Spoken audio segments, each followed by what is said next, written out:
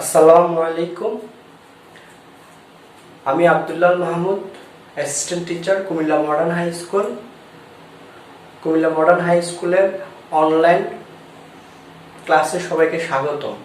আজকে আমি দশম শ্রেণীর রসায়ন বিষয়ের দশম অধ্যায় ধাতু অধাতু, খনিজ সম্পদ, ধাতু অধাতু চ্যাপ্টারের কিছু অংশ নিয়ে আলোচনা করব।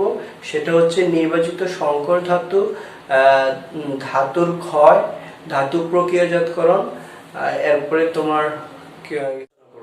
আমি এখন আলোচনা করব নির্বাচিত সংকর ধাতু নিয়ে। সংকর ধাতুর ইতিহাসটা আমরা জেনে আসছি।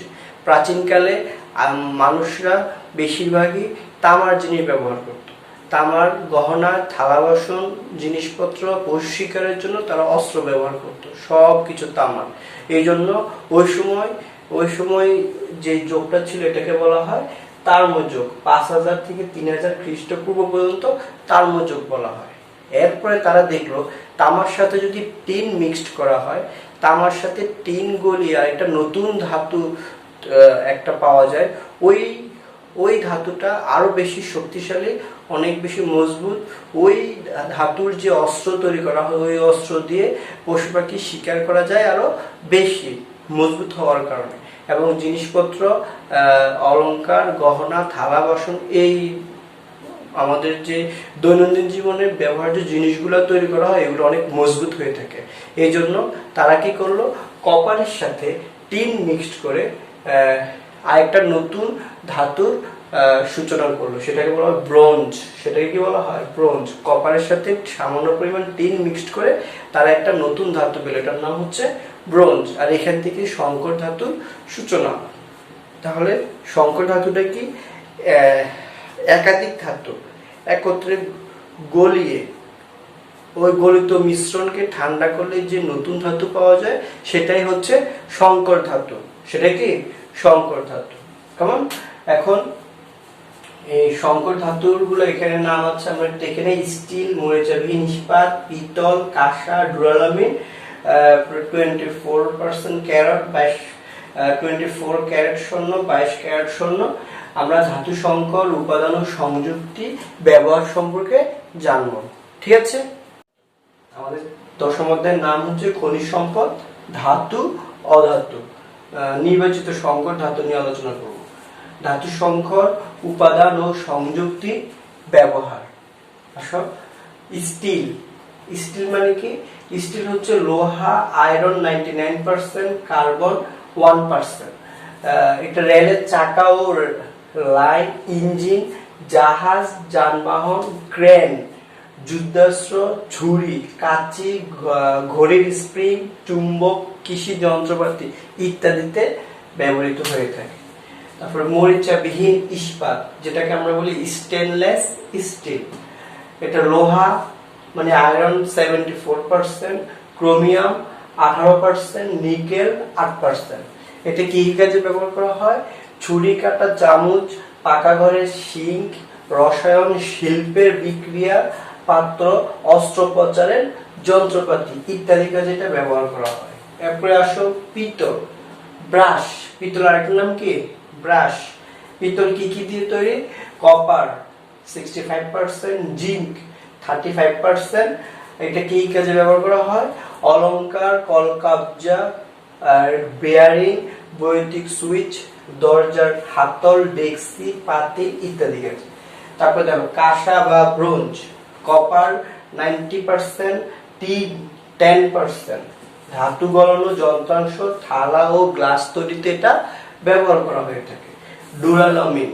ডুরালোমিন এটা খুব important. Aluminium 95%, copper 4%, magnesium, manganese, লোহা এগুলা সবগুলো একসাথে 1% থাকবে। এটা কি কাজে ব্যবহার করা হয়? উড়োজাহাজের বডি, বাইসাইকেলের পার্টস। এরপর দেখো 24 ক্যারেট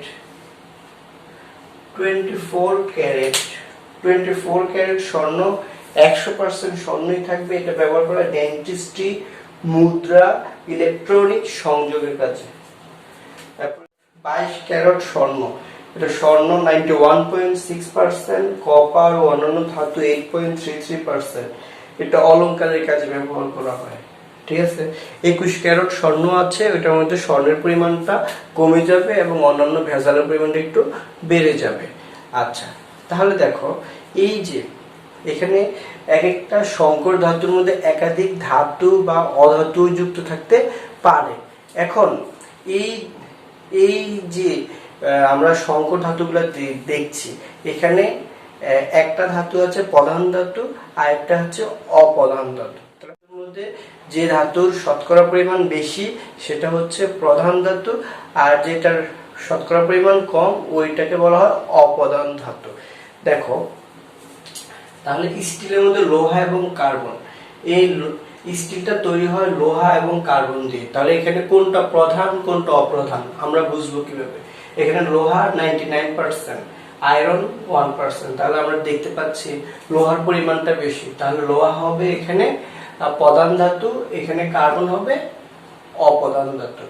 জি, মরিচাকে নিষ্পাতের মধ্যে আছো, এখানে সবচেয়ে বেশি পার্সেন্টেজ হচ্ছে লোহার, এটা তাহলে লোহা হচ্ছে এখানে 74%, এটা প্রধান ধাতু, ক্রোমিয়াম এবং নিকেল হবে অপ্রধান ধাতু। সেম পিতল বা ব্রাশ, কপার 65, জিঙ্ক 35%, তাহলে এখানে কপার হবে প্রধান ধাতু আর জিঙ্ক হবে অপ্রধান ধাতু। আশা করি সবাই ঘটনা বুঝতে পারছো। তারপরে কাঁসা বা ব্রোঞ্জ, কপার 90%, এটা প্রধান ধাতু, টিন 10%, এটা অপ্রধান ধাতু। ঠিক আছে, আশা করি সংকর ধাতু সম্পর্কে আমরা কিছুটা বুঝতে পেরেছি। ঠিক আছে, এরপরে এই সংকর ধাতুর ব্যবহার, সংকর ধাতুর যে শতকরা পরিমাণগুলো আছে, অন্যান্য একটা সংকর ধাতু যে একাধিক ধাতু নিয়ে গঠিত হয় ওই ধাতুর শতকরা পরিমাণগুলো পরীক্ষাতে বেশি এসে থাকে। আমরা এই বোর্ডে যে 4টা স্যার লিখে দিয়েছি, এটা ভালো করে পড়ে নিতে পারি। ঠিক আছে, এটা অবজেক্টিভের জন্য ইম্পর্টেন্ট হচ্ছে। আচ্ছা প্রিয় শিক্ষার্থীরা, আমরা এখন আলোচনা করব কতিপয় ধাতু এবং সংকর ধাতু ক্ষয় হওয়ার কারণ, তার লক্ষণ এবং প্রতিকার নিয়ে আলোচনা করব। ঠিক আছে, তাহলে ধাতু ক্ষয়টা কি আমরা আগে জেনে নিই। কতিপয় ধাতু এবং সংকর ধাতুগুলোকে আমরা যদি মুক্ত অবস্থায় বাতাসের মধ্যে দীর্ঘদিন রেখে দেই, তাহলে দেখা যাবে ধাতুগুলোর উপর ভিন্ন বর্ণ বিশিষ্ট এক প্রকার নতুন পদার্থ সৃষ্টি হয়েছে। এই জিনিসটাই হচ্ছে কি ধাতু ক্ষয়। ঠিক আছে, ধাতু ক্ষয়। লোহার তৈরি জিনিসপত্রকে আমরা যদি বাতাসের মধ্যে দীর্ঘদিন রেখে দেই, তাহলে দেখব যে এটার উপরে একটা ধূসর লালচে বাদামি বর্ণের একটা স্তর সৃষ্টি হয়েছে, আস্তরণ সৃষ্টি হয়েছে। এই লালচে বাদামি বর্ণের আস্তরণটা হচ্ছে মরিচা। ঠিক আছে, তাহলে লোহা ক্ষয় হয় এই মরিচা পড়ে। তাহলে মরিচার সংকেতটা আমরা একটু জেনে নিই। মরিচা Fe2O3NH2, পানিযুক্ত ফেরিক অক্সাইড এবং পানিযুক্ত ফেরিক অক্সাইডকে মরিচা বলে, পানিযুক্ত ফেরিক অক্সাইডকে মরিচা বলে। তারপরে আবার মনে করো সংকর ধাতু, যেমন তামার সংকর ধাতু, ব্রোঞ্জ, পিতল, আমরা যদি এগুলা দীর্ঘদিন রেখে দেই, তাহলে দেখা যাবে যে ব্রোঞ্জ, পিতল, কাঁসা এগুলাকে দীর্ঘদিন বাতাসের মধ্যে রেখে দিলে দেখা যাবে যে এদের উপর কালো বা বাদামি বর্ণের এক প্রকার নতুন বর্ণ বিশিষ্ট একটা নতুন পদার্থের আস্তরণ সৃষ্টি হয়েছে। এইটা হচ্ছে তোমার তারমহল। এই তারমহলের মাধ্যমে কপার ধাতু ক্ষয় হয়ে থাকে। ঠিক আছে, বাতাসের মধ্যে জারণ বিজারণ বিক্রিয়ার মাধ্যমে, জারণ মানে কোনো একটা মৌল ইলেকট্রন ছেড়ে দিচ্ছে, আবার কেউ ইলেকট্রন গ্রহণ করছে।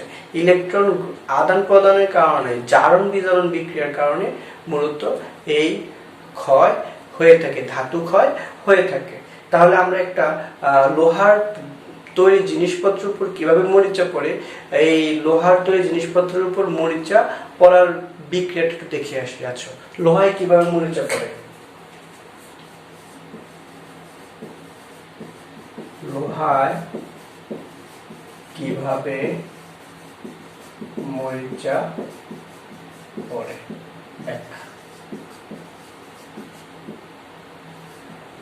আমরা যদি দীর্ঘদিন লোহার তৈরি জিনিসপত্রকে বাতাসের মধ্যে রেখে দিই তাহলে দেখা যাবে যে এই বাতাসের মধ্যে অক্সিজেন থাকে এবং পানি থাকে।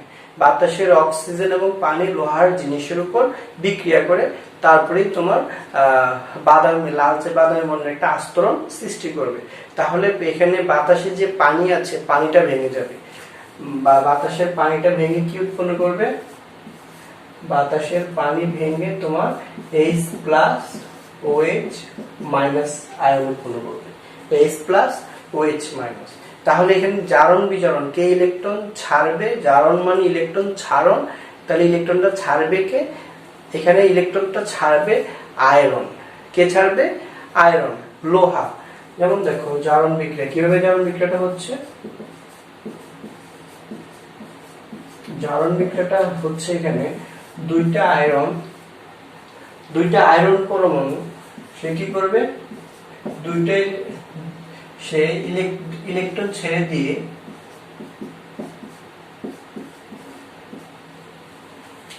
দুইটা আয়রন চারটা ইলেকট্রন ছেড়ে দিয়ে দুই অণু আয়রন 2+ আয়নে পরিণত হয়েছে। দুইটা আয়রন চারটা ইলেকট্রন ছেড়ে দিয়ে তোমার আয়রন 2+ একটা আয়রন পরমাণু ছাড়বে, দুইটা ইলেকট্রন। তাহলে দুইটা আয়রন ছাড়বে কয়টা? 2 দুগুণে 4টা ইলেকট্রন। আশা করি কনসেপ্টটা ক্লিয়ার। এই যে এখানে আয়রন যদি বাম দিকে লেখো তাহলে ছাড়লে কি হবে? -2 ইলেকট্রন।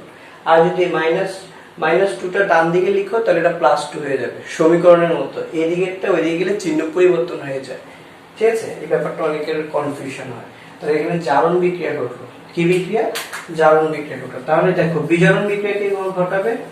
এই ইলেকট্রনগুলো কে গ্রহণ করবে? ইলেকট্রনগুলো গ্রহণ করবে তোমার যে হাইড্রোজেন, অক্সিজেন আছে, এরা ইলেকট্রনগুলো গ্রহণ করবে। বাতাসের অক্সিজেন, 4টা হাইড্রোজেন, এই 4টা ইলেকট্রন গ্রহণ করে কি উৎপন্ন করবে?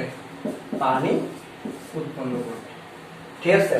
তাহলে জারণ বিজারণ বিক্রিয়াটা আমরা দেখে নিলাম, ঠিক আছে? এই যে 4টা ইলেকট্রন ছেড়ে দিল, কে? আয়রনের 4টা ছেড়ে দেওয়া ইলেকট্রন কে গ্রহণ করেছে? 4টা এই হাইড্রোজেন এবং অক্সিজেন, এরা কি করেছে? এই 4 অণু 4টা ইলেকট্রন গ্রহণ করে 2 অণু পানি উৎপন্ন করেছে।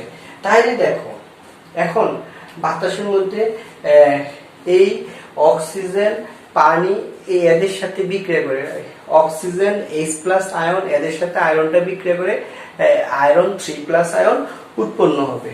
আয়রন কি উৎপন্ন হবে? Iron 3+ ion. দেখো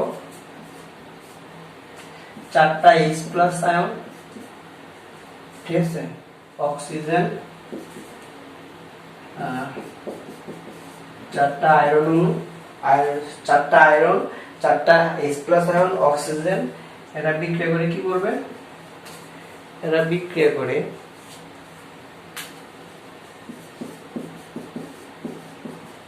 আয়রন 3+ এবং 2 অণু পানি উৎপন্ন করবে।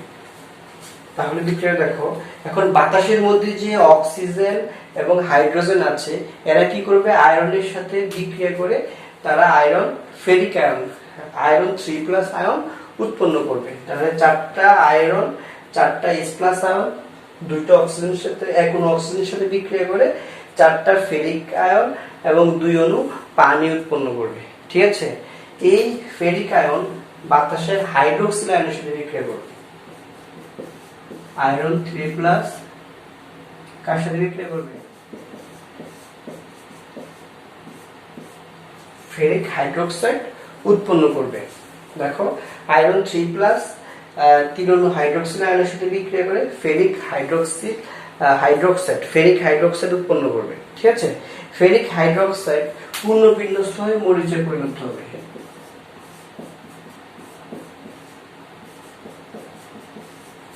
Fe2O3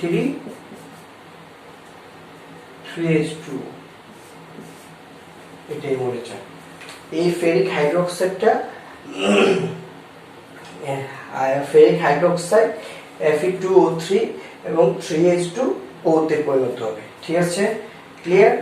তাহলে চারটা ফেরাস আয়ন, চারটা হাইড্রোজেন আয়নের সাথে এবং অক্সিজেনের বিক্রিয়ায় চারটা ফেরিক আয়ন এবং 2 অণু পানি উৎপন্ন হবে। তারপরে ফেরিক এবং 3 অণু হাইড্রোক্সিল আয়ন বিক্রিয়া করে ফেরিক হাইড্রোক্সাইড উৎপন্ন করবে। ফেরিক হাইড্রোক্সাইড কি করবে? ফেরিক অক্সাইড 3 অণু পানি উৎপন্ন করবে। ঠিক আছে, আশা করি সবাই। প্রতিকার,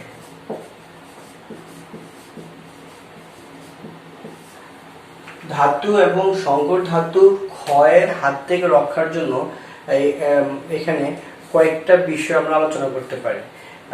একটা হলো রং করা। এটা প্রতিকারের জন্য আমরা কি করতে পারি? ধাতু তৈরি জিনিসগুলোর উপর পেইন্টিং করতে পারি। তারপরে কি করতে পারি? ইলেকট্রোপ্লেটিং,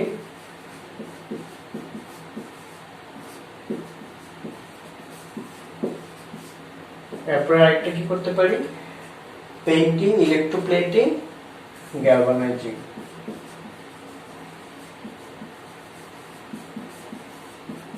আমরা এই বিষয়গুলো আলোচনা। পেইন্টিং মানে রং করা, যে কোনো ধাতু তৈরি জিনিসপত্রকে রং করলে এটা কি করবে? বাতাসের অক্সিজেন এবং পানি সংস্পর্শে আসবে না।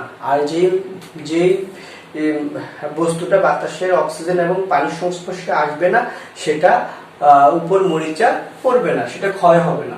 ইলেকট্রোপ্লেটিং। আর গ্যালভানাইজিং কি? গ্যালভানাইজিং হচ্ছে লোহার তৈরি জিনিসের উপর জিঙ্কের প্রলেপ। কিসের প্রলেপ? জিঙ্কের প্রলেপ দেব। এটা ইলেকট্রোপ্লেটিং লাগবে না, এটা যে কোনো প্রক্রিয়ায় দেওয়া যাবে। ঠিক আছে, মানে তড়িৎ বিশ্লেষ্য প্রক্রিয়াটাকে জিঙ্কের প্রলেপ দেওয়ার দরকার নেই, এটাকে যে কোনো ভাবে জিঙ্কের প্রলেপ দেওয়া যাবে। তাহলে আমাদের আলোচনার বিষয় হচ্ছে ইলেকট্রোপ্লেটিং। ইলেকট্রোপ্লেটিং হচ্ছে তড়িৎ বিশ্লেষণ প্রক্রিয়ার মাধ্যমে একটি কম সক্রিয় ধাতুর প্রলেপ দেব আমরা অধিক সক্রিয় ধাতুর উপর। এটাই হচ্ছে ইলেকট্রোপ্লেটিং। আমরা দুটি ধাতু নিয়েছি, একটি কম সক্রিয় আর একটা অধিক সক্রিয়। এখন অধিক সক্রিয় ধাতুর উপর আমি কম সক্রিয় ধাতুর প্রলেপ দেব। এই জন্য কম সক্রিয় ধাতুকে ব্যাটারির ধনাত্মক প্রান্তের সাথে যুক্ত করব, তার মানে এটা অ্যানোড। আর অধিক সক্রিয় ধাতুকে ব্যাটারির ঋণাত্মক প্রান্তের সাথে যুক্ত করব, এটা হচ্ছে ক্যাথোড। ঠিক আছে, তাহলে আসো আমরা একটা চিত্রের মাধ্যমে দেখি কিভাবে আমরা এই তড়িৎ বিশ্লেষণ, এই ইলেকট্রোপ্লেটিংটা করতে পারি। দেখো, আমরা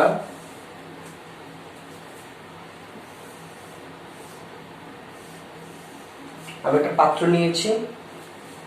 এখানে আমরা মনে করো একটা লোহার চামচের উপর কপারের প্রলেপ দিব। কপার হচ্ছে কম সক্রিয় ধাতু আর লোহাটা হচ্ছে, আয়রনটা হচ্ছে অধিক সক্রিয় ধাতু। ঠিক আছে, লোহার চামচ বা আমরা মনে করো লোহার চাবি নিলাম।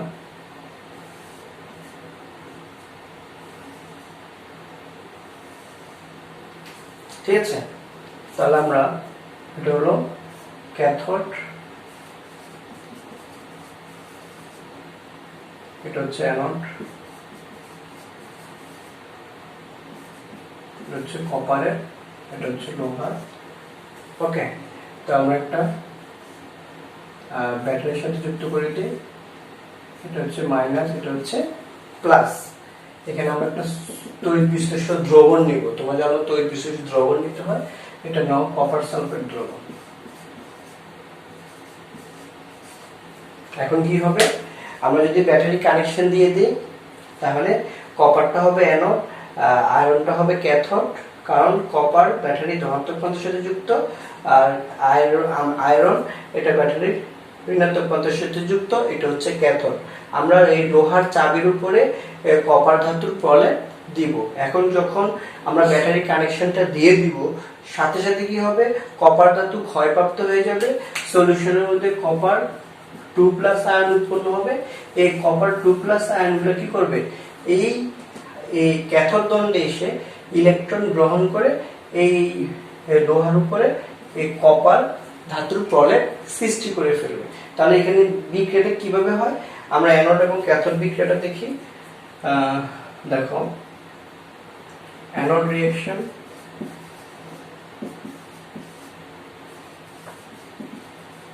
অ্যানোড রিঅ্যাকশনে কি হচ্ছে, কপার দুইটা ইলেকট্রন ছেড়ে দিয়ে কপার 2+ আয়ন উৎপন্ন করলো। এই কপার 2+ আয়ন সলিউশনের মধ্যে দিয়ে আবার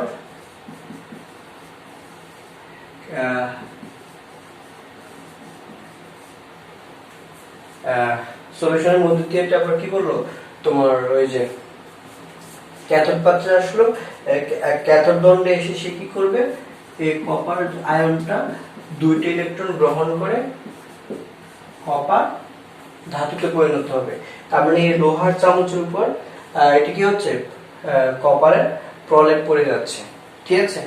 তাহলে এখানে হচ্ছে অ্যানোডে হচ্ছে কি অক্সিডেশন রিঅ্যাকশন মানে জারণ বিক্রিয়া, আর ক্যাথোডে হচ্ছে ইলেকট্রন গ্রহণ করছে, এটা হচ্ছে কি বিজারণ বিক্রিয়া, ঠিক আছে। তোমরা জানো জারণ মানে ছাড়ন, যে প্রক্রিয়ায় কোনো রাসায়নিক সত্তা অণু পরমাণু বা আয়ন ইলেকট্রন ছেড়ে দেয় সেটা হচ্ছে জারণ বিক্রিয়া। যে ইলেকট্রন ছাড়ে সে হচ্ছে বিজারক, আর এই ইলেকট্রন ছাড়ার প্রক্রিয়াটা হচ্ছে কি তোমার জারিত হওয়া। এরপরে দেখো বিজারণ বিক্রিয়া, যে রাসায়নিক বিক্রিয়ায় কোনো অণু পরমাণু বা আয়ন ইলেকট্রন গ্রহণ করে তাকে বলা হয় বিজারণ বিক্রিয়া।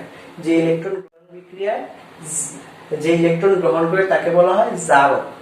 বিজারণ বিক্রিয়ায় জারক ইলেকট্রন গ্রহণ করে কি হবে, বিজারিত হবে, আর বিজারক ইলেকট্রন ত্যাগ করে জারিত হবে, ঠিক আছে। এই কনসেপ্টগুলো ক্লিয়ার রাখবে। তাহলে এটা হচ্ছে কি, এই চিত্র হচ্ছে ইলেকট্রোপ্লেটিং।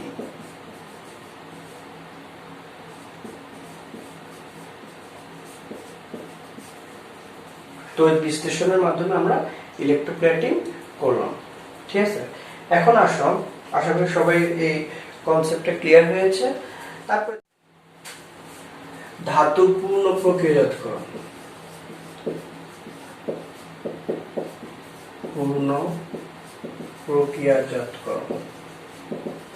ধাতু পূর্ণ প্রক্রিয়াজাতকরণ, এটাকে আমরা বলি যে মেটাল রিসাইক্লিং।